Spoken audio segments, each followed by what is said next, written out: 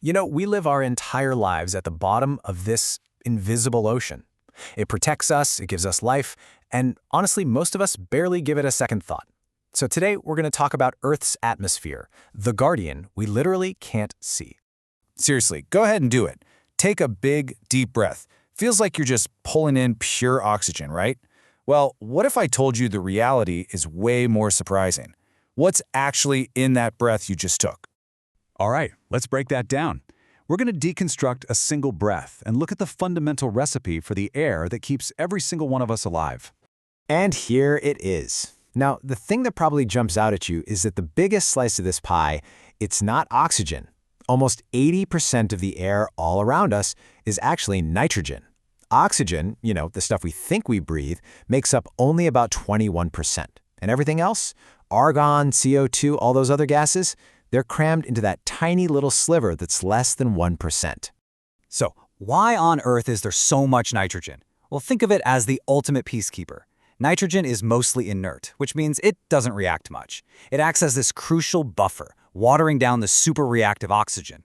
Without it, our world would be dangerously flammable. Oxygen, on the other hand, well, that's the fuel for life. It's the powerhouse for our cells. It's this incredibly precise, delicate balance between the two that makes our world even possible. But beyond just giving us something to breathe, the atmosphere is also our planet's tireless bodyguard. Let's take a look at how this security blanket protects us from all the crazy stuff happening out in space. You see, the atmosphere isn't just one big blob of air. It's actually a series of layers, and each one has a really specific job.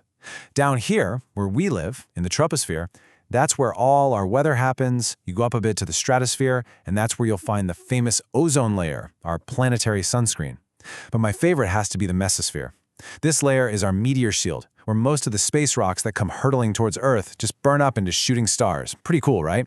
And just to give you an idea of how extreme the shield is, get this. The very top of that meteor-burning mesosphere is the coldest natural place on Earth. It plummets to minus 100 degrees Celsius. It's just this brutal, freezing barrier standing between us and the total vacuum of space. So, the atmosphere gives us air to breathe, and it protects us. But it's got a third critical job. It acts as a planetary thermostat, keeping the Earth's temperature, just right for life. So how does that work?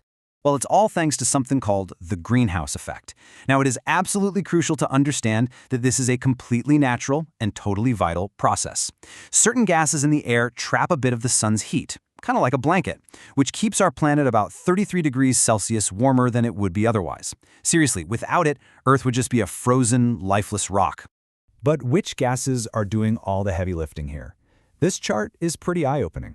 We use carbon dioxide as the baseline, right? So we call it 1. But look at methane. It's 28 times more powerful at trapping heat. And nitrous oxide? A staggering 273 times more powerful. So the big takeaway here is that even tiny changes in these trace gases can have a huge impact on the planet's thermostat.